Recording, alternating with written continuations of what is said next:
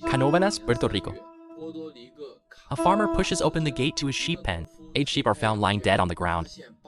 Each one has 2 small puncture wounds in its chest, no more than a centimeter across. The wounds are eerily identical from animal to animal, and every drop of blood is gone. Over the next 5 months, the same thing keeps happening on nearby farms. Goats, chickens, and dogs are all found in the same condition. Their bodies otherwise untouched, just 3 empty puncture wounds. By August, more than 150 farm animals have been lost around Canóvanas. That's about what the whole town would normally lose in a year. The mayor leads search parties into the mountains several times. No footprints, no fur, no trace at all. No one knows what's doing this. Then one woman comes forward. Her account changes everything, but maybe not in the way you'd think. Her name is Madeline Tolentino. The attacks had been happening right outside her door. Her description is remarkably detailed. She says the creature walks upright on 2 legs, about 1.5 meters tall, gray skin, an oval-shaped head, red eyes, a row of spines running down its back, thin, slender limbs, knees that bend backward like a kangaroo's. And then she adds one more detail. This thing has no anus. Based on her description, a local UFO enthusiast draws a sketch and submits it to a newspaper. A radio comedian named Silverio Perez sees the sketch and casually names the creature Chupacabra,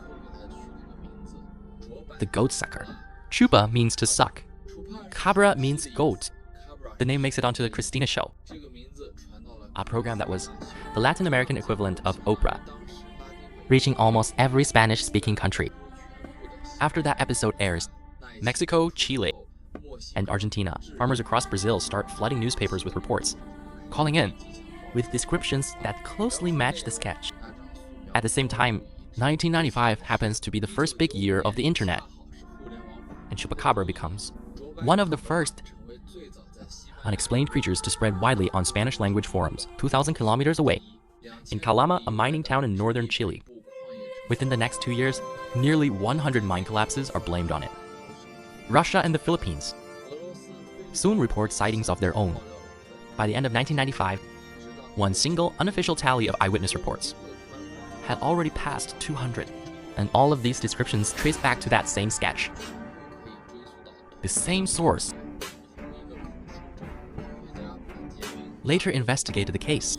For 5 years, he traveled across Puerto Rico, Nicaragua, Chile, and Texas, examining physical remains firsthand. Eventually, he tracked down Tolentino herself, 10 years after the incident, becoming the first person to interview her in person. Partway through the conversation, he asked her something.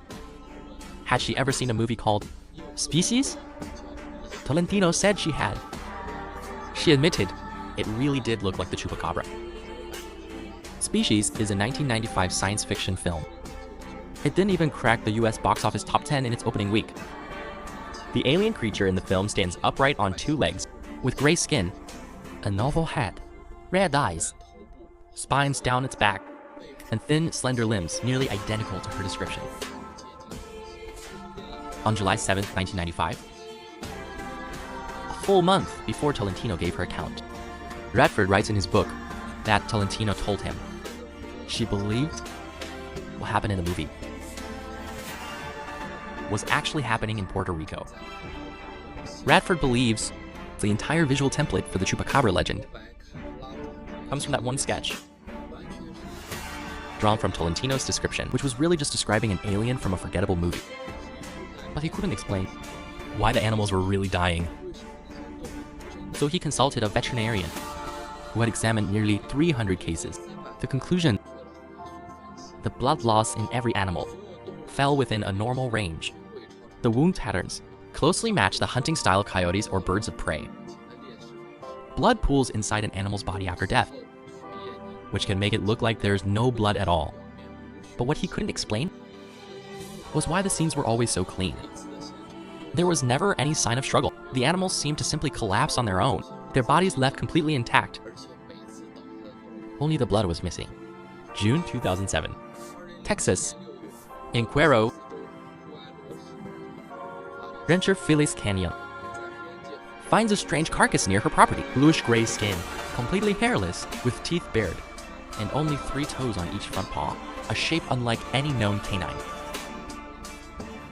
She sends samples to Texas State University. The DNA results show it's a coyote. But she isn't satisfied, so she sends more samples to UC Davis. The result, coyote on the mother's side, Mexican gray wolf on the father's side. An animal with such severe mange that all its hair had fallen out says, "I still think it's Chupacabra."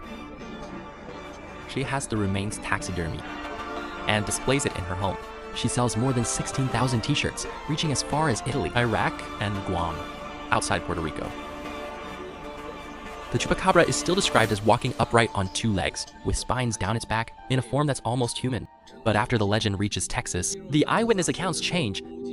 It becomes a hairless, dog-like animal, closer to an ugly dog than an alien. Scientists looking at both descriptions classify them as two entirely different creatures that just happen to share the same name.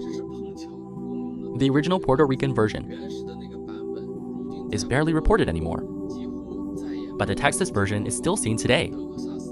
Tolentino always maintained that her Chupacabra had no anus, yet the descriptions that spread around the world even changed the number of its legs.